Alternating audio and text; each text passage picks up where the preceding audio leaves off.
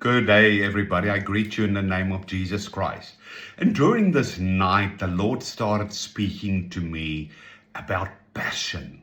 Passion for Him, passion for life, passion for creation, passion about eternity. And then He started talking that living with a passion for God does not mean emotional excitement alone. It means that the whole person, the body, the soul, the spirit, the mind, the heart, is continually turned towards God and in love.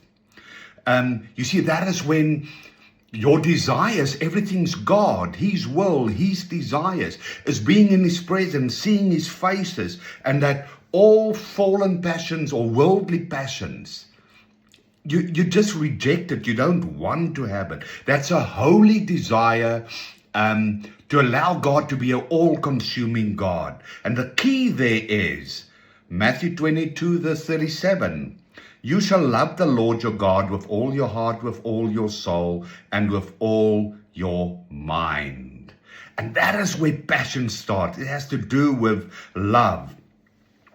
You see, and that's love includes, to love God means you include your family, your friends, your prayer life, your sacrifice, your enemies, everything.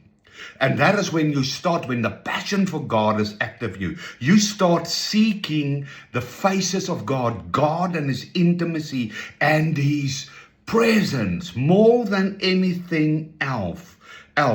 And that is where in Matthew 6:30 it says, seek first the kingdom of God. That is everything about you is turned towards God, towards His desires, towards His creations. You see, when God becomes the center of your life, the passion of your life, everything falls properly in place. You start getting a hunger and a thirst, because the more you seek Him, the more there's a passion, a hunger for Him, the more He manifests Himself, the more you are in awe and amazement. You see, and your yearning for Him gets nourished and fed through prayer. You see, worship, fasting, reading the Bible, and participation in the will and desires of Christ. The more we see Him, the more we want Him. You see, we need to be diligent. Romans 12:11 says, not lagging in diligence, fervent in spirit, serving the Lord. You see, we have to have a zeal for Him, but the zeal is founded in humility and it's founded in truth. No other agendas in your life but Him, but to abide in Him. Abide in me and I in you. John 15:4-5. He who abides in me and I in Him bears much fruit.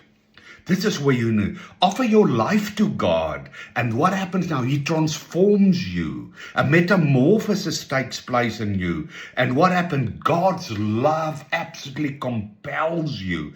And what happens? Your life turns into a prayer, communication, communion with Him without ceasing. That is what happened. And that is what we need to do. Passion and living in passion of God means loving God with your whole heart, seeking His kingdom above all, thirsting for His presence, remaining united to Christ, praying continually, offering your life as a living sacrifice, and being transformed in His likeness. God granted us that gift, that passion. It's a choice. You need to make a choice. Is this going to be me? And I'm going to be the one to reveal Him, to glorify Him in spirit and truth. I love you and I bless you in the name of Jesus Christ. Amen.